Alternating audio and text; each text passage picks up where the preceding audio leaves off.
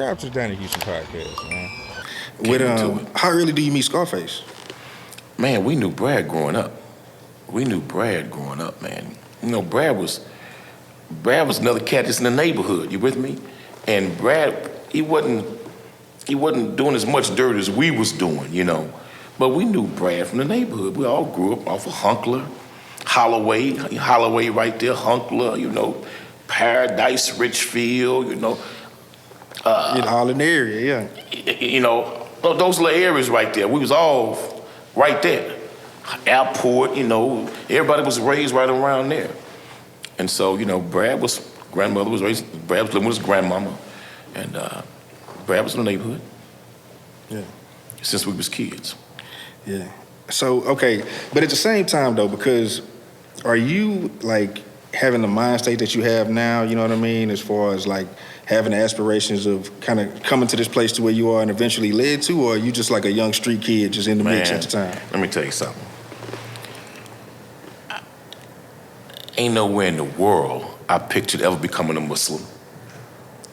And an activist, come on now. That was the furthest thing from my mind. I didn't even think like that. So you was committed to the streets? I'm gonna tell you how I joined the Nation of Islam. So I'm riding with Quincy. We riding down Scott Street. He had just bought this big brand new white Benz. Was it white or was it burgundy? Burgundy. So we smoking weed.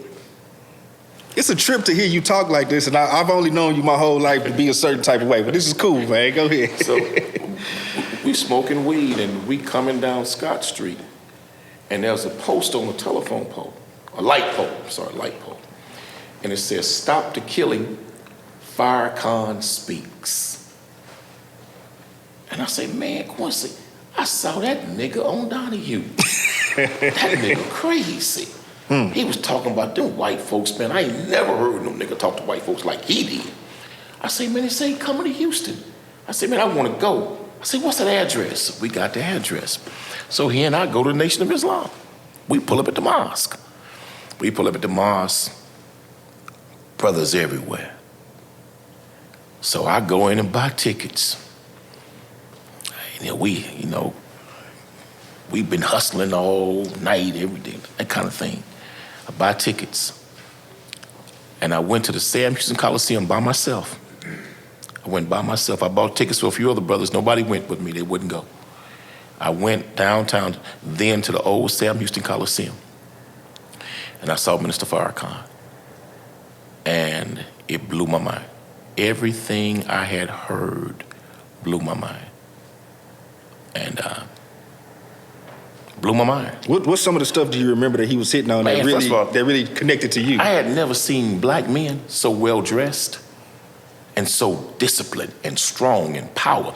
I had never saw black unity like that. I didn't even think black unity even existed. When I saw the level of black unity in the Nation of Islam, it was mind-blowing. When I saw them brothers rolling like that in unison and they on point and they show up and everybody got a deadly serious look on their face, I was saying, shit, with me. I had never seen that like that. So that was tremendously impressed me. Then when I heard Minister Farrakhan speak, man, he talked about white folks so bad. Are you still holding on to stuff like, man, I seen my grandma. Oh yeah. All that is being regurgitated. All that's being regurgitated when I'm listening to him. He made it all make sense. So when he was speaking, he made it all make sense. The streets, white people, our condition as a people, what we were dealing with each other, how we hated each other, how we were killing each other, how we were destroying each other. He made it all make sense. And so that night, I joined. Right there. I sure did. I joined. I called Quincy. Don't worry, statute of limitations in front. I called Quincy. I say, Q, I'm a Muslim now. I joined the Nation of Islam. He say, what? I say, yeah, Q, I'm a Muslim now. I say, I'm done, Q. I say, I ain't selling dope no more. I had 9 ounces left. 9 ounces. I say, Q, I'm gonna bring you what I got left. I say, Q, I'm gonna give it to you. He say, no, Quan, I'm gonna give you something for it, Quan. You ain't gotta give it to me, I'm gonna give you something for it. I said, no, Q.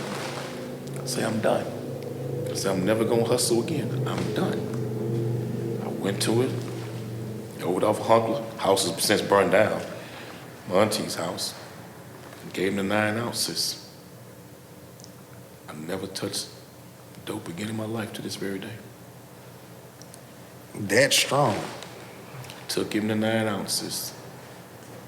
Gave it to him. I was done. Donnie Houston.